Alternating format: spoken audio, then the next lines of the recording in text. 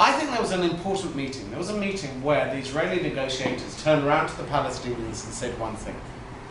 If you say there's a two-state solution, do you recognize the Jewish nature of the state of Israel? And they said, well, call yourself what you like. That's nothing to do with us. You see, but it's fundamental. Because, yeah, we're talking about housing and not housing. I don't believe the settlement issue is the biggest issue. I really don't. Because we've done it. We withdrew 9,000 people from their homes in Gush Katif, in Gaza, and the situation got worse. On day one, by the way, Stogan, when we left from Gush Katif, do you know what was left? What Israel left? The greenhouses and synagogues. Day one, the synagogues are burnt. Day two, the greenhouses are destroyed. Day three, the missiles come over the border. Day four, they fire at each other. And then there's an Iranian-style coup by Hamas. You'll excuse Israel for being a little bit cynical, but they say the difference between an optimist and a cynic is a cynic has slightly more information. So what I'm getting at is this. The issue's not the settlements. The issue's something much more fundamental, which was that question, do you recognize the Jewish nature of the state of Israel? Because the answer we got was no. If you don't recognize that, then there's a problem about negotiating from and withdrawing from the map. Why? Israel may have to compromise on land. But unless you recognize that the Palestinian refugee problem won't be solved in Israel, but will be solved in an independent Palestine, there's nothing to talk about. Because I would argue the essence of this problem is the gentleman who, go back, I got the wrong slide, is the essence of this problem are the Palestinian refugees. If you go to the refugee camps, you will see, you'll see a Palestinian flag. But you'll see something else, which is a key to the front door. Mythology has taken over Palestinian nationalism. What do I mean? We have mythology, by the way. Shh, don't tell anyone.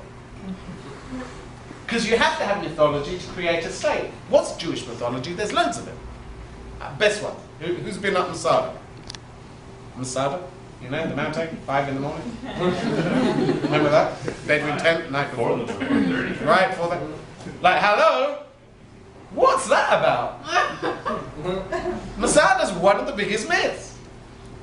Go up there. First of all, I don't understand why people have to go up at 4 o'clock in the morning. Why don't you go at 9 o'clock at night and see the sun go down? 2, we killed each other. We committed suicide. That is not a heroic act. Masada shall never fall again. Let's go up. Let's get every Jewish person to feel proud by national suicide. Hello? We have mythology. Send the troops up as well. Their mythology is the key. We will return to the house that we left in 1948. A lot of these houses don't exist anymore, and time's gone on. Unless the Palestinians recognize a two-state solution with the Palestinian refugee problem being solved within Palestine, and not Israel, there can't be peace.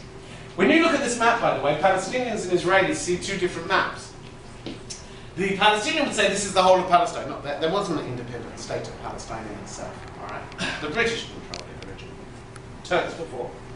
They would say, look, the West Bank is 23%. The West Bank and Gaza and East Jerusalem is 23% of historic Palestine that didn't exist. And in their eyes did.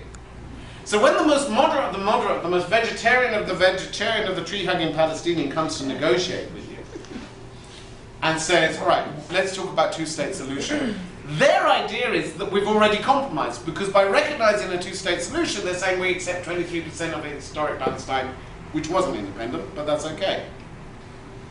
Israelis come and say, all right, well, let's talk about maybe moving the borders slightly, 3%, 4%. Palestinians say, no, we've made the compromise. Hamas turns around and says, we don't need to compromise because this is one Islamic country.